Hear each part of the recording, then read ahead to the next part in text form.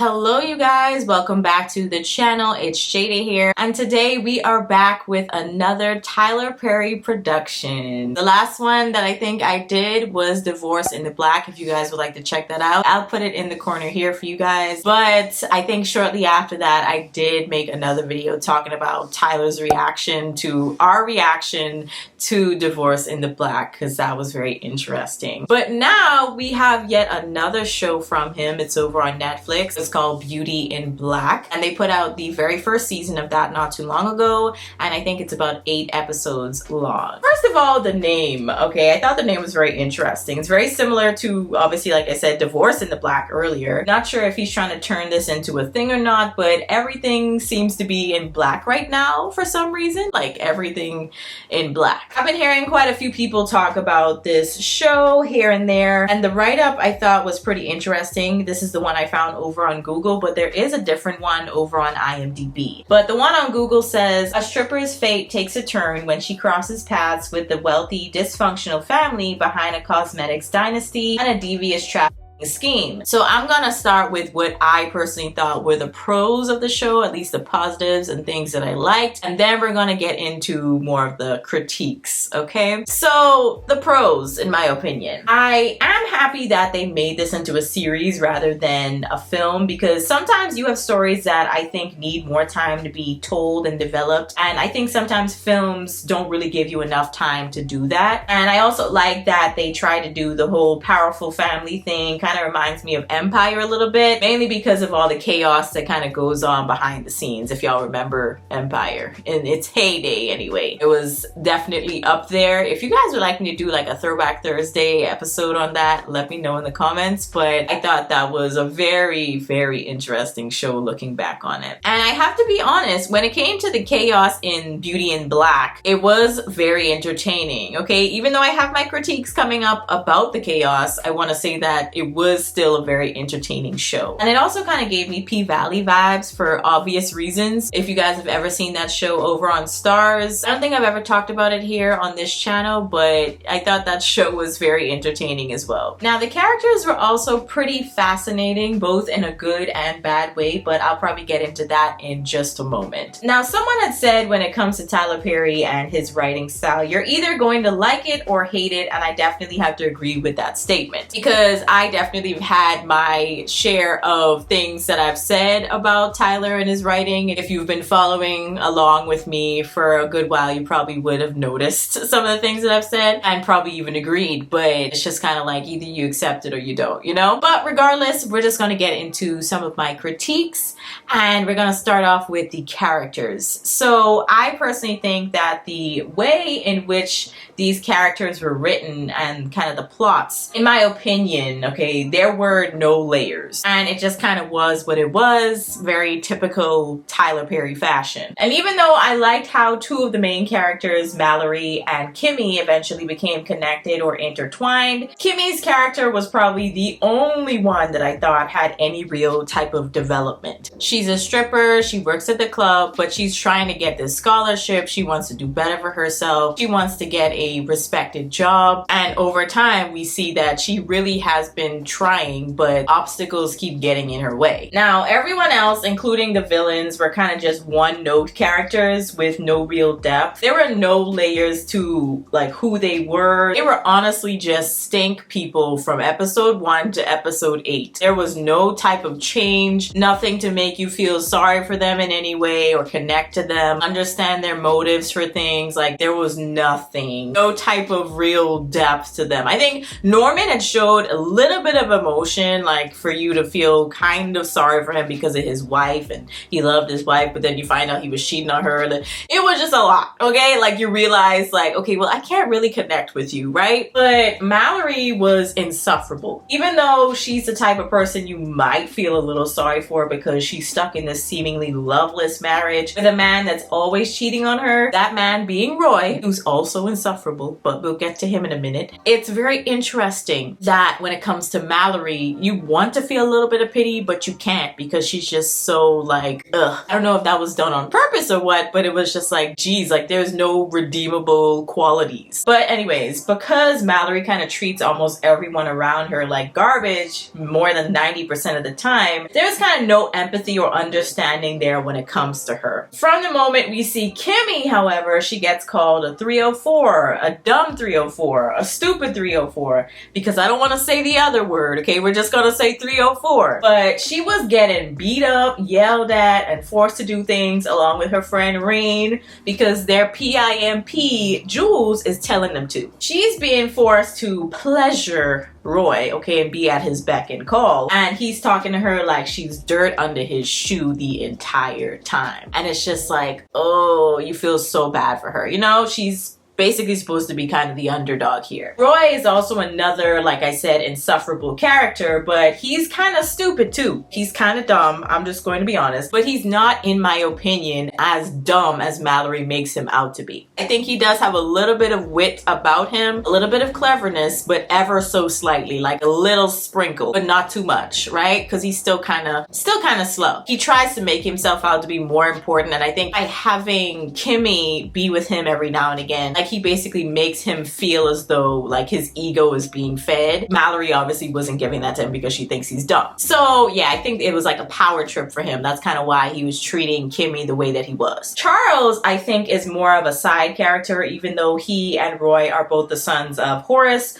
who owns the beauty and black company with his brother Norman, who absolutely seems to despise him. Now, Norman, on the other hand, is probably one of the least scary villains I've ever seen. Olivia, who is the mom to Roy and Charles, I don't know if she was ever married to their dad Horace or what, but either way, at some point she was in the family. And I find it very interesting that she's out here warning everyone about how dangerous Norman is, but no one is taking her serious because he comes across so unserious. And even though I do think from watching shows in the past and movies and all that stuff, I do get the vibe that he could be very unstable and be very much so crazy. It tends to be those types of unserious characters that you don't really see as dangerous or really view that way. They tend to be the craziest ones. But at the same time, it's just like, it just becomes really, really hard for you to believe that there's any type of instability in like his actual personality. Regardless, I feel like Roy seems a lot more intimidating than Norman, even though Roy is kind of dumb. I don't know if it's because of his physical build or what, like the way he talks to people, he tends to be really erratic. He gives me more of that, I'm kind of scared what you're gonna do next type of feeling. I have to say the plot or the story overall was pretty entertaining. Like I said, I think I kind of said that already, but I want to go into more details about the plot itself. On IMDb, to kind of give us a little bit more of a premise to go off of, it says two women with contrasting lives become connected. One fights for survival after her mother forces her out, while the other runs a prosperous company. So basically they're talking about Kimmy on one end and Mallory on the other, and they do end up in some ways having a kind of parallel life going on, and they do eventually become intertwined with each other, but they don't really know that yet in season 1 because they don't really know each other yet. But regardless, that's how we're going to go about talking about this plot. So we begin with Kimmy. She's a stripper, works at the club, like I said, and she's with her friend Rain. They're at this event. It's actually for the Beauty and Black company that Mallory is, I don't know if she's a CEO or one of the leaders, I don't know, but either way, she has a very important role in the company. And she's at the event. She's there presenting scholarships to people and also money for people's like hair salons and whatnot because it's a hair company. And Kimmy, she decides instead of going to work at the club, she's gonna stay there and see if she could get one of the scholarships that she applied for. But eventually Kimmy realizes like, you know what, I don't even think I'm gonna get it, so I'm just gonna go to the club, go work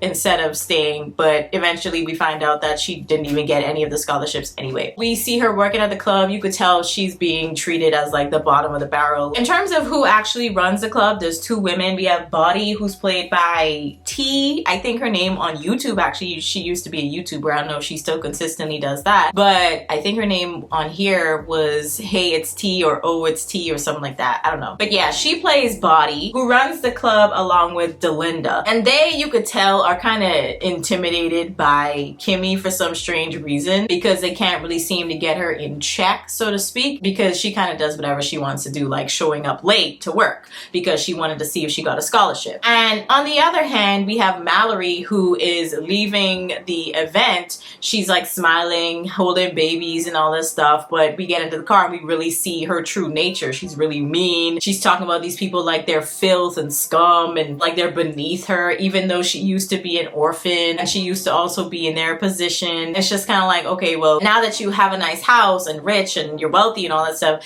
you now look down on these people. It's very interesting. But yeah, we see that she's not really that nice of a person. And also we see that her husband Roy is sleeping with Kimmy. Every now and again, Jules would have Kimmy go to meet up with Roy at this place. I don't know if it's just like a fetish for him in terms of like treating people like filth. I don't know. But he really would treat Kimmy horribly. But at one point, she eventually, on one of these meetups, uses his phone against him and actually calls his wife Mallory while they're basically getting freaky. And Mallory is just like, oh, okay, so you're cheating on me and you're that bold to call me? Really? Okay, you're an idiot. So she, while listening to this, runs over somebody on this private road where all the rest of the other family members live that own the Beauty and Black company. And obviously the person that she ran over is more than likely someone that is within the family, but we don't know who it is yet. After that, she just pretty much goes home. She's worried that, you know, it'll come back up, but at the same time, she tries to act like she wasn't even involved. We see that Roy comes in after and runs over the same person again,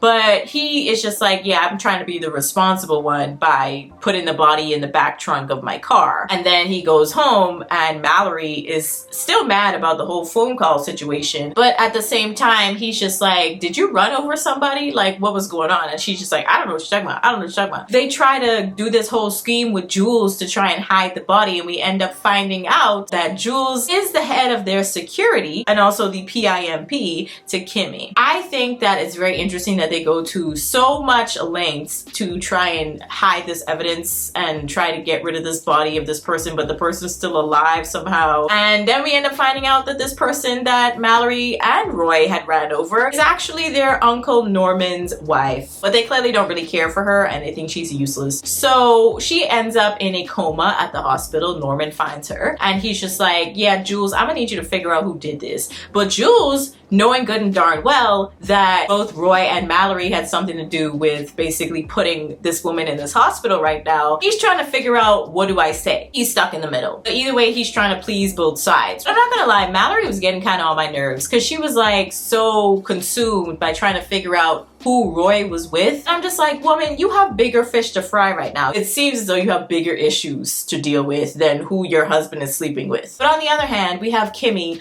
who's dealing with a lot. She literally at, I think, what, 16 or 15 or something like that, her mom, because of her boyfriend getting in her ear saying that it's time to get rid of her because she's getting too old, she eventually just decides to take this girl to Walmart and drop her off and leave her there with just a couple of dollars. Kimmy goes in the bathroom, she's crying, and that's how she ends up meeting Rain. Shortly after that, we see that Rain is connecting with Angel, who is trying to give them the hookup on some type of illegal activity, and eventually Jules, who at the time I think is like a police officer or something, but he finds them. Jules had gotten them off of their charges. Obviously, it came with a cost, so now they have to work in this strip club and they have to do pretty much every and anything that Jules asked them to do, and they're pretty much in debt to him and more than likely for the rest of their life. So Kimmy is trying to figure out, like, how do we get out of this? That's the reason why she was trying to get the scholarship. But at the same time, she is trying to deal with Bonnie and Delinda treating her like crap, and then also she's trying to still send money to her sister, take care of her and her mom. With regards to Rain is just like, yeah, I'm gonna make some money, I want to get my body done. She ends up at the hospital. Like, it just, ugh. Anyways, she just made a horrible decision. But Kimmy decides to take it upon herself to take Rain to the hospital, and Jules is just like, why would you do that? Why would,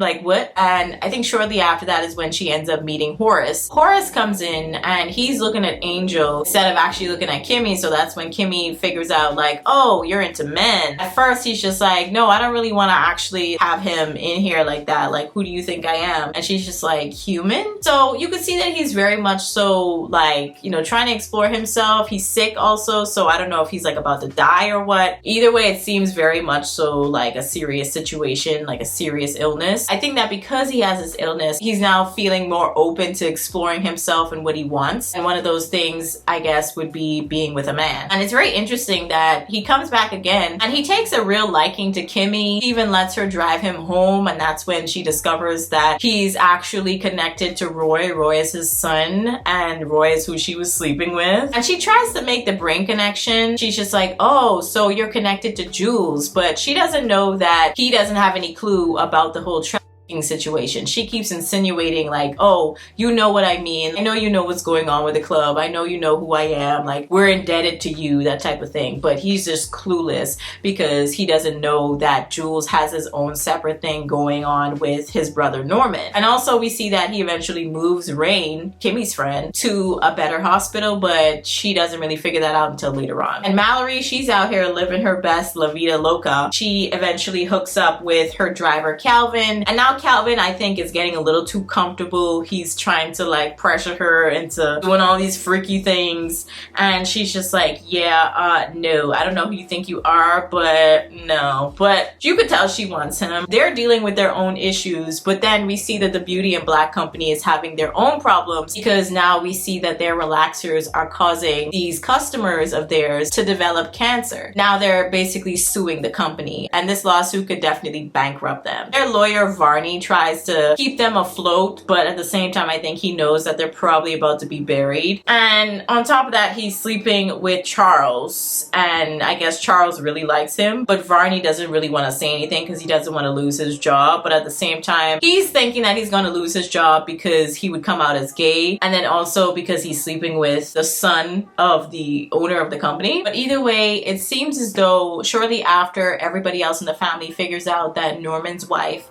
is in a coma, to kind of like avoid having Roy and Mallory implicated, Horace has a connection at the hospital and decides to use that connection to basically take care of the whole Norman's wife problem, because they definitely did not want her waking up and saying anything. The nurse shows up, puts something in the IV, and the next day she has no brain activity, and everyone's just like, oh wow. And even Jules has to kind of pretend like he doesn't know anything. He's trying to comfort Norman, but at the same time it's just like, yeah, no, I can't trust you. Norman tries to move his wife and she ends up dying. Because she ends up dying, he kills everyone in the ambulance, and we're going to talk about that scene. It was very interesting. Norman is on the loose and he wants revenge. But now Kimmy has this whole thing going on. She's trying to work with Angel to basically rob Horace, and things go left. Shortly after, Kimmy finds out that Rain was still alive and Horace had actually moved her to a nicer hospital for her to be taken care of, and she was trying to save Horace, but Horace is like, what game is this? Like, what are you playing? Are you trying to play me? But they don't get out in time, and I guess Angel had asked someone to help him with the whole robbery situation, but I guess he probably asked the wrong person because they came to do what they wanted to do, okay? Like, they were not listening, following the plan, none of that. Eventually, Horace just kind of whips out a gun, shoots them all, and Angel and Kimmy, they barely make it out there with their lives. Simultaneously, we see that someone was in the bushes on the private road shooting at Charles in his car on the way from the club back home. So now Mallory's there trying to figure out what's going on, and she also calls Horace to say like, hey, you gonna need to come down here because we don't know what's happening. But yeah, we don't know much in terms of what's going on there. And also we see that Roy is trying his best to get the company out of the hole that they're in with this lawsuit situation by meeting up with the lawyer, but then Mallory finds him and she tries to offer this lawyer a job, which is what Roy was also trying to do. And I'm like, you really think this woman's just going to be satisfied by working with y'all? Like, really? But apparently Roy actually knows the lawyer because he was sleeping with a bunch of women in college, and I guess she was one of them. So he thought he could manipulate the situation, but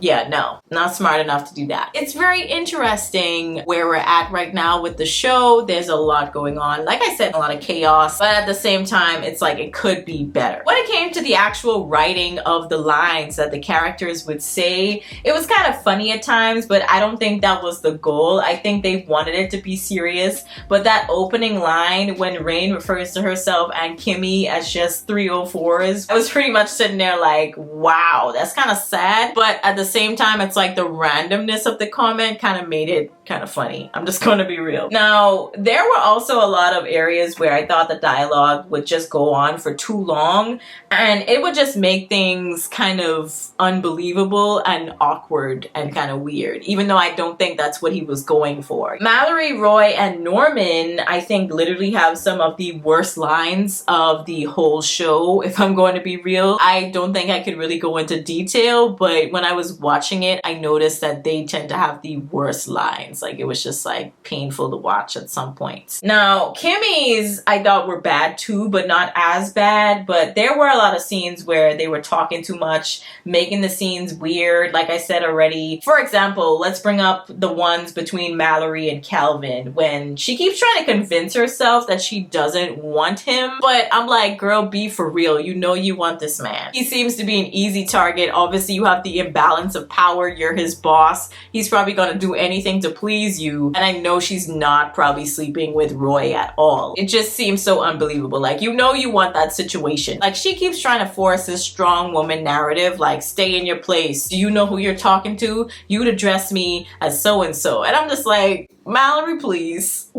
Even Calvin is just like, okay. On top of that, I also kind of questioned the acting. Even though I don't really know any of these people, I think a few of them kind of transferred over from Divorce in the Black. We had Debbie Morgan, who played Olivia, and also Richard Lawson, who played Norman. I don't know pretty much any of these other actors. They're very new to me. At the same time, it's like none of it was like absolutely atrocious and horrible, but it wasn't great either. You know, it was very mid. In comparison to like Megan Good, she played the heck out of her character, even though the movie sucked. And then also we had Corey Hardrict, who I thought played the hell out of his character as well. He did a good job. Even though, again, the characters and the lines were terrible in that movie, I thought they both did a really good job. Like, you could tell that they're strong actors. But with this show, it was like, I don't know if he just kind of picked up random people and was like, you could do this part, right? You could read these lines. It was just kind of like that. Like, it didn't really give believable, and like they really played the heck out their character. I think Roy was probably the closest, and also I think Horace did a pretty good job with his character. Like, for example, Kimmy, I thought she could have delivered her lines with a little bit more oomph. Mallory, like, it just did not come across as a believable, strong woman character. Just things like that. And also, how they went about creating the actual scenes kind of gave off like a cheap, low budget feel. Even though you could tell that they did spend money on it, it's like they didn't really spend it all in the right places. Now, here's one example, okay? Mallory, like I said, she runs over Norman's wife, and then Roy comes behind her and does it again. You could see that the body looks so unnatural, and that they use like some type of doll or dummy that like would bend and fold backwards. But it's like it bent and folded in such an unnatural way. Like, it did not look realistic. It just gave like pre-2000s cinema, you know? Like, it just was very strange to watch. There was also that scene where Norman kills everyone in the ambulance. It's in broad daylight, and he's just walking away like nothing happened. And it's just so unrealistic yet again, because it's just like, you trying to tell me that nobody saw anything and nobody came forward to say that they witnessed anything at all? Like, I find that really hard to believe. And then when it comes to Rain, Kimmy just kind of believed a random patient that said that she died instead of talking to an actual doctor. Like, who does that? You hear someone say, oh, she died. Instead of going to an actual nurse or doctor to confirm, you're just like, oh yeah, she died. Like, I don't know. I'm just gonna wrap this up here. Overall, I think that the show has some serious potential. It's just kind of like, finally, a show from Tyler where it's like you could tell it could be something, but it needs a little bit of work. It needs a little bit of shine in. And don't get me wrong, it has its kinks, but it's workable. I think the incorporation of having very real problems like the illegal butt injections, trafficking, parents abandoning their children and leaving them to raise and take care of themselves, and of course you have the health issues like hair relaxers or the creamy crack, like people say, causing cancer after using it for decades. Like, there's a lot of things in there that I think definitely start a conversation. And if Tyler, I think, had worked along with some of 50 Cent's writers from Power and the other shows that he has, I think this would have been a great show. I just think it has its kinks, but it's workable. You know, if he could just get a little bit more buffing going on, give it a little bit more of like, you know, some shape, I think it could actually be something. But But y'all let me know your thoughts on this one down in the comments. For once, I finally have something from Tyler that I think we could work with. Like, it's not absolute trash, it actually has some potential. But let me know your thoughts on this one down in the comments if you disagree with some of my thoughts. But yeah, let me know. I'll catch you on the next one. Peace.